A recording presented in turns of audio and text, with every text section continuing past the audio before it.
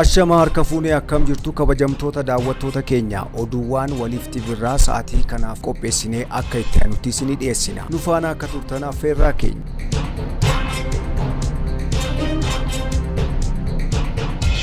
Bulchiinsi magaalaa Finfinnee naannoo Markaatootti ijaarsa gamoo mana jireenyaa ammayyaa eegalsiise. Kantibaan bulchiinsa magaalaa Finfinnee Adde Adaanach Abeebee akka jedhanitti naannoon kun namaan kan guutamee fi mijataa kan hin turre ta'uu himuun ibiddi yeroo ka'ellee ittisuun rakkisaa akka ture ibsaniiru. Yeroo darbee ibiddi guddaa naannoo kanatti qaqqabee dhaamsuuf daandiin konkolaataa cufamee ibidda qaqqabe sana to'achuuf qormaataa guddaa akka tures yaadachiisaniiru. Gandi mana jireenya haaraan kaaree meetira 10,000 qabu kan bu'uuraalee misooma daa'immanii fi dargaggoonni kan itti taphatan dabalatee haala lafa naannichaa gutumaan gututti kan jijjiiru akka ta'us ibsaniiru. Kantibaan Adaanach Abeebeetti dabaluun gamoon 9 abbaa darbii 8 akka ijaaramuu fi jiraattonni naannoo sanarraa socho'uun manneen achitti ijaaraman keessa akka galan beeksisaniiru. Industiriin ijaarsaa Itoophiyaa harkifannaa fi rakkoon qulqullinni hojii yeroo baay'ee kan mudatu gocha sadarkaa bittaa caalbaasii gadi aanaa waliin kan wal qabate ta'uu ibsame. Piroojektonni gurguddoon ammallee gatii gaarii osoo hin taane caalbaasii gadi aanaa irratti hundaa'uun baay'inaan kan badhaafaman waan ta'eef harkifannaa yeroo dheeraa baajata ol ka'uu fi hanqina qulqullinnaa wajjin wal'aansoo qabaa akka jiru waldaan injiinarootaa fi aarkiteektoota gorsa Itoophiyaa beeksiseera. Pirezidantiin waldichaa fi hundeessaa fi daayireektara olaanaa Eldaa Injiinaring Konsaltaantis Injiinar Daawit Ergeechoo akka jedhanitti rakkoon indastiriichi kufaatii piroojektota irratti mul'atu bira darbee yeroo ammaa sadarkaa guddaarra ga'ee jira jechuun ibsaniiru. Karooraa caalbaasii fi bittaa keessatti sirni filannoo qulqullinnaa fi baasii irratti hundaa'ee fayyadu yaadamee yeroo baay'ee dhiyeessii gatii salphaa ta'e badhaasuun xumuramaa kan jedhan Injiinar Daawit dadhabbiin kun yeroo baay'ee dursee kan jalqabu ta'uu dubbataniiru. Dhugaan damee industiriin ijaarsaa Itoophiyaa kophee gatii salphaadhaan ji'a 6 qofa turuu bitachuu wajjin tokkodha kan jedhan yoo ta'u gorsitootaa fi kontiraaktaroota irratti caalaa gatii irratti filachuun boodarraa irra deebiin hojjechuu harkifannaa fi raawwii gaarii dhabuudhaan baasii baay'ee guddaa akka uumuu dubbataniiru.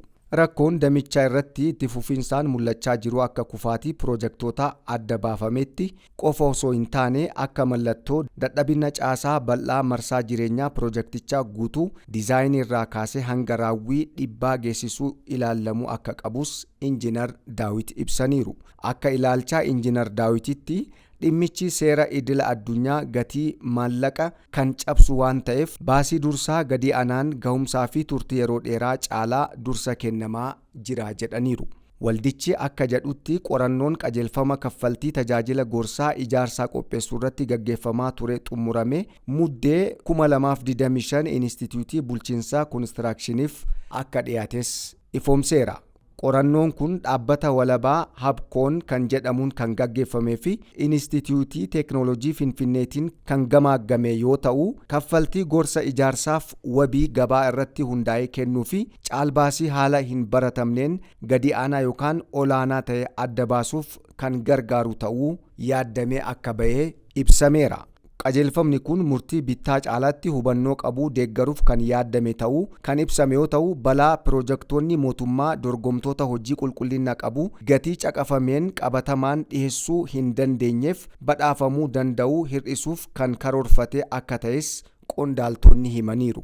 Ogeeyyiin indastirichaas dameen ijaarsa Itoophiyaa mana maree ogummaa walaba ta'ee fi injiinarootaa fi aarkiteektoota haala itti gaafatamummaa fi gahumsa cimsuun to'atu akka hin qabne dubbataniiru. Biyyoota ollaa kanneen akka Keeniyaa fi Sudaan kibba keessatti moodeelota kan agarsiisan yoo ta'u manneen maree ogummaa eeyyama kennuu to'atanii fi guddina ogummaa itti fufiinsa qabu hojiirra waan oolchaniif milkaa'uu akka danda'anis ibsameeti jira. Yeroo ammaa kana eeyyamni waajjira mootummaatiin kan raawwatamu yoo ta'u waamichi qaama of danda'ee fi eeyyama haaromsuu dura leenjii itti fufiinsa qabu akka barbaadus himameeti jira. Digriin qofti nama ogeessa hin taasisu kan jedhan Injiinar Daawit indastiriichi istaandaardii ijaarsa ammayyaa waliin tarkaanfachuuf beekumsa haaromfame akka barbaadu ifoomsanii jiru. Madaallii cimina dhaabbilee to'annoo qulqullinnaa raawwii hojii itti qofiinsa maamilaa fayyaa fi nageenyaa itti gaafatamummaa hawaasummaa fi walsimannaa faayinaansii fi gibiraa kan hammate kontiraaktarootaa fi gorsitoonni kutaa tokkoffaa 1,000 ol akka xumuran himamee jira. Haaluma kanaan kontiraaktaroonni fi gorsitoonni yeroodhaan deebii kan kennan 103 qofa yoo ta'an dhumarratti dhaabbileen 40 beekamtii kan argatan yoo ta'u dhaabbileen kunniin kontiraaktaroota 20 fi gorsitoota 20 akka ta'an ibsamee jira. Waldhabdeen dantaa akka hin uumamneef hoggantoonni waldaalee dhaabbilee qaban adeemsa kanarraa akka of qusatanis himamee jira. Madaalliin kun ogeeyyii walabaa mootummaan muudaman 20 ol ta'aniin kan raawwatame yoo ta'u Injiinar Daawit akka jedhanitti dhaabbileen beekamtii qaban amma itti gaafatamummaa indastirichaa hafeef akka ulaagaatti tajaajilu kan baatan yoo ta'u kun ammoo dorgomaa ta'ee itti fufuu hojii isaanii ammayyeessuun ni eeggamaa jedhanii jiru. Itti dabaluunis waldichi Federeeshinii Injiinaroota Gorsa Idila Addunyaa fi FIDIC Afrikaa keessatti miseensummaa guddichaa dhufuun ogeeyyiin Itoophiyaa dantaa isaanii akka eegsisanii fi istaandaardii bulchiinsaa waliigaltee idila addunyaa bal'inaan akka fudhatan kan gargaaru ta'uu akka qabus himaniiru. Waldaan kun sochiin haaromsa damichaa jalqabamuu kan jedhu yoo ta'u bittaa yoo jijjiirame malee biyyattiin bu'uraalee misoomaa yeroo dheeraa turuu fi raawwii fooyya'aa qabaniif kaffaltii kaffaluu qabdu caalaa baay'ee akka itti fuftu kan dirqisiisu ta'uu ibseeti jira. Imalli Itoophiyaan gara dhaabbata daldala addunyaatti makamuuf gootu of eeggannoo cimaa akka barbaadu himame. Itoophiyaan gara dhaabbata daldala addunyaatti galuun ishee baay'ee eeggamaa kan ture yoo ta'u amma garuu gara sadarkaa xumura irra gahuun himamee jira. Marii waggoota dheeraa booda tattaaffiin mootummaan dhiyeenya kana godhee adeemsa kana xumuruuf kutannoo cimaa akka qabus kan agarsiisudha jedhamee jira. Yeroo kanatti dhimmi murteessaan Itoophiyaan itti makamuu qabdi osoo hin taane dhiibbaa bal'aa murteen kun dinagdee fi hawaasa Itoophiyaa irratti qabu hubachuuf akka ta'es himamee jira. Itti makamuun tarkaanfii hojjimaata qofa osoo hin taane waadaa yeroo dheeraa waggoota dhufaniif tarkaanfii misooma biyyattii irratti dhiibbaa geessisuu kan danda'us akka ta'e himameera. Faayidaan miseensummaa dhaabbata daldala addunyaatti makamuun baay'ee yoo ta'u kanneen keessaa kan beekaman gabaa addunyaa baay'ee argachuu, amantaa investorotaa guddisuu fi bu'uuraa daldala hundeeffama waliin wal simachuun kanneen ibsaman keessaa ijoo akka ta'an himameera. Faayidaan kun guddaa ta'us itti gaafatamummaa yeroo dheeraa bira darbamee fi dhiibbaa waaraa qabaachuu akka gaafatu gabaasni ministeera daldalaa Itoophiyaa ni mul'isa. Seerri dhaabbata daldalaa addunyaa loogii kan qabu yoo ta'u isaanis haala dinagdee addunyaa sadarkaa guddina adda addaatiin dhiibbaa irraa ga'e kan calaqqisiisu akka ta'es ragaan argamee ni ibsa. Bu'uura industirii cimaa hundeessuu dhaabuu fi bilisa baasuun dorgommii guddaa kan gaafatu yoo ta'u kunis qormaata murteessaa yeroo ammaa Itoophiyaan mudachaa jiru akka agarsiisus himameeti jira. Itoophiyaan gara dhaabbata daldalaa addunyaatti makamuuf ulaagaalee kanneen akka taarifa gadi buusuu, deeggarsa daldalaa daangeessuu fi gabaa ishee banuuf waadaa galuudhaan filannoowwan imaammata ishee yeroo barbaaddeetti daangeessuuf akka dirqamtu gabaasni miidiyaalee addunyaa ni mul'isa. Dabalataanis industiriiwwan ishee haaraa dhalatan dinagdee baay'ee guddatan waliin dorgommii keessa akka dhibaman sababa ta'uu akka danda'us himamee jira. Kunis Itoophiyaan dandeettii waldhabdee furuu ishee laafa akka ta'u dhiibbaa uumuu akka danda'u kan ibsame yoo ta'u gama biraatiin Itoophiyaan miseensa daldalaa walaba ardii Afrikaa ta'uun ishee filannoo misoomaaf caalatti deeggaruun darbee haala naannoo biyyoonni Afrikaa oomishtummaa isaanii ittiin guddisan, hidhata gatii ittiin horatan akkasumas mala haqaa qabeessa ta'een gabaa isaanii akka itti babal'isuu danda'an carraa guddaa kan uumuu akka ta'es himamee jira. Kun ammoo Itoophiyaan daandii misoomaa ishee mirkaneessuuf kaayyoo fi eegumsa ifa ta'ee qabattee miseensummaa dhaabbata daldala addunyaatti dhiyaachuu akka qabdu kan agarsiisu akka ta'es ibsamee jira. Kunis waadaa daldala tarsiimoo industirii walitti hidhamee waliin akka wal simuu gochuu, dhaabbilee biyya keessaa jabeessuun, dorgommii olaanaaf qopheessuu fi daldala walabaa ardii Afrikaa yookaan biyyoonni Afrikaa baay'inaan kan itti fayyadaman akka bu'uura deeggarsa misoomaa naannootti fayyadamuu akka ta'e hayyoonni dinagdee dubbatanii jiru.